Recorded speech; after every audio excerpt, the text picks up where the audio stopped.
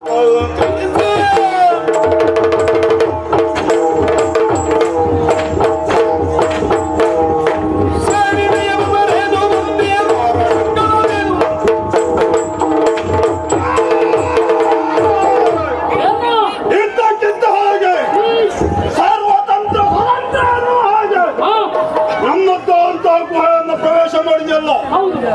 ರೀತಿಯಾಗಿ ನಮ್ಮ ಗುಹಾ ಪ್ರವೇಶ ಮಾಡುತ್ತಾ ನೀನ್ಯಾರು?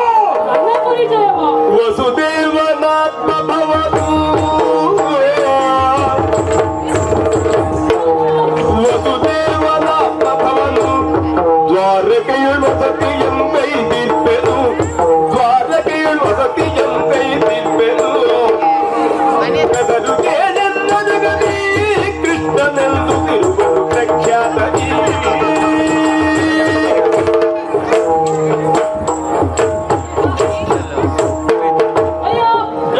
ವಸುದೇವ ದೇವಕಿಯರ ಸಂಜಾತ ದೋಷ ವಿಘಾತ ದ್ವಾರಕಾನಾಥ ಕೃಷ್ಣ ಎನ್ನುವ ಹೆಸರಿನಿಂದ ಜಗತ್ ವಿಖ್ಯಾತ.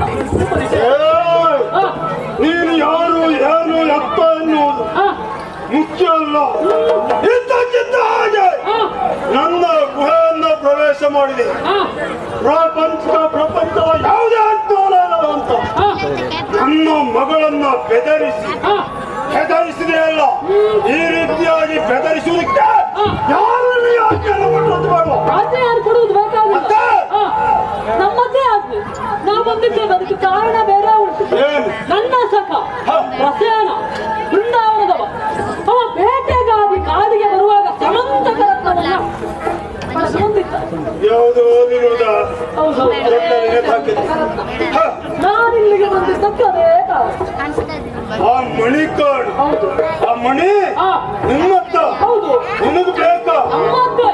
ಯಮಬಾಹು ವಿಕ್ರಮದುಳು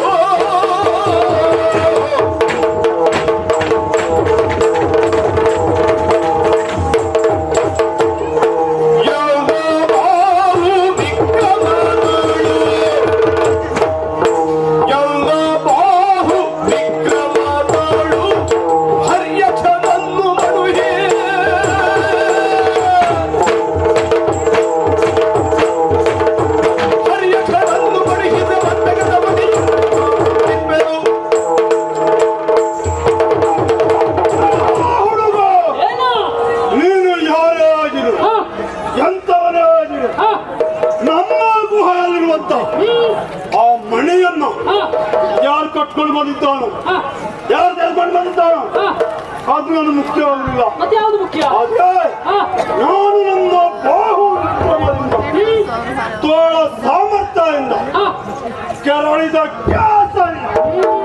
ಹಾಯಲಿರುವುದನ್ನು ಹಾಗೆ ಅದನ್ನ ಒಂದು ಅದರ ಬಾಯಲ್ಲಿರುವಂತ ಆ ಮಣಿಯನ್ನು ಪಡೆದುಕೊಂಡು ಬಂದವ ನಾನು. ಕೇಳಿದವರಿಗೆ ಬಂದವರಿಗೆ ಕೊಡುವ ಉದ್ದೇಶ ನಮ್ಮತ್ತಲ್ಲ, ಅದನ್ನು ಕೊಡುವುದಿಲ್ಲ. ವಿಹಿತದಿಂದಲೇ ಮಣಿಯನು ವಿಹಿತದಿಂದಲೇ ಮಣಿಯನು ಕೊಡು ಎನ್ನುಳಿದ ಬೇಡೈ ಜಲವನು ಕೊಡು ಎನ್ನುಳಿದ ಬೇಡೈ ಜಲವನು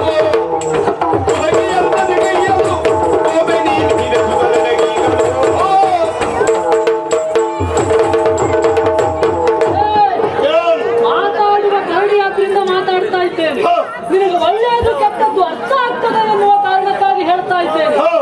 ನೀನು ಸಿಂಹವನ್ನೇ ಕೊಂದು ತಂದಿರು, ಮತ್ಯಾರನ್ನೇ ಕೊಂದು ತಂದಿರು. ನೀನು ತಂದಿರುವಂತಹ ಸಮಂತಕ ರತ್ನ ಅಮೂಲ್ಯವಾದದ್ದು, ಅನರ್ಘ್ಯವಾದದ್ದು. ಯಾವುದು ಎಲ್ಲಿರಬೇಕು ಅಲ್ಲಿದ್ರೆ ಚಂದ, ಅದಿರಬೇಕಾದದ್ದು ನಮ್ಮ ಸ್ವಾಧೀನದಲ್ಲಿ. ಹಾಗಾಗಿ ಒಳ್ಳೆಯ ಮಾತಿನಿಂದ ಹೇಳ್ತೇನೆ, ಆ ಮಣಿಯನ್ನ ಕೊಟ್ಟು ನನ್ನಲ್ಲಿ ಸ್ನೇಹವನ್ನ ಬಯಸಿದರೆ ಒಳಿತು. ಅದಿಲ್ಲ ನಿನ್ನದೇ ಆದಂತಹ ಅಧಿಕ ಪ್ರಸನ್ನ ಮುಂದುವರಿಸ್ತೇನೆ. ಪಾಠಮೃಗವಾದ ನಿನ್ನನ್ನು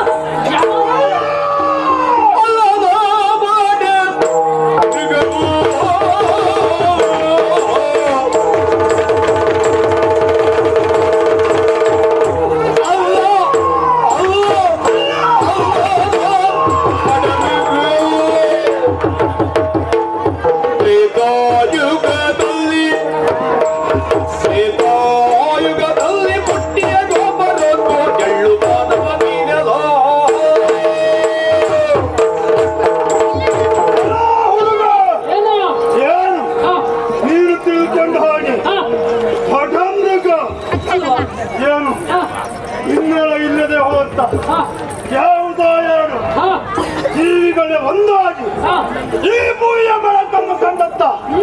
ಕರಡಿಯ ಸಂತಾನ ಅಂತ ಭಾವಿಸಿದ್ಯಾ? ಅಲ್ವಾ?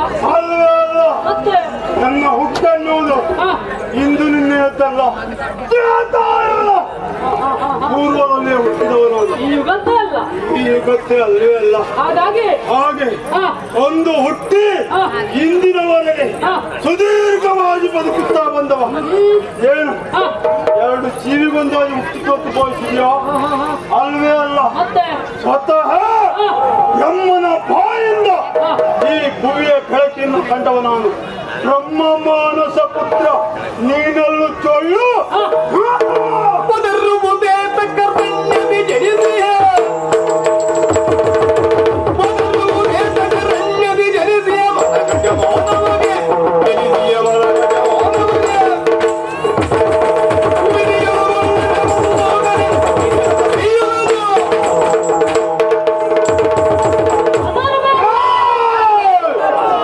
ಏನು ಅಭಿವೃದ್ಧಿಯ? ನನ್ನ ಸ್ವಾಮಿ ಹಾಗೆ.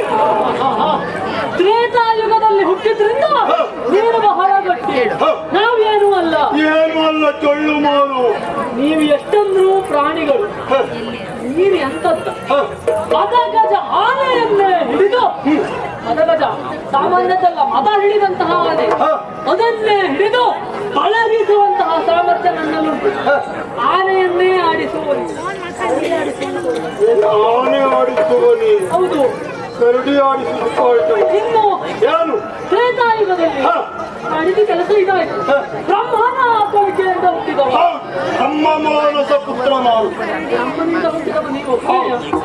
ಈ ಪ್ರಪಂಚದಲ್ಲಿರುವಂತಹ ಎಲ್ಲವೂ ಹುಟ್ಟಿದ್ದು ಬ್ರಹ್ಮನಿಂದ. ಅದಕ್ಕಾಗಿಯೇ ಇದನ್ನು ಬ್ರಹ್ಮಾಂಡ ಎನ್ನುವುದಾಗಿ ಕರೆಯುತ್ತಾರೆ. ನೀನು ಬ್ರಹ್ಮನ ಮಗ ಎಂದಾಕ್ಷಣದಲ್ಲಿ ಇಲ್ಲಿ ಬೆದರುವವರು ಯಾರೂ ಇಲ್ಲ. ದೈಹಿಕವಾಗಿ ಸಂಬಂಧಪಟ್ಟಂತಹ ಸಾಹಸ ಏನಾದ್ರೂ ಮಾಡಿದ್ರೆ ಸಾಹಸ ಬಗ್ಗೆ ಹೇಳ್ತೀಯಾ?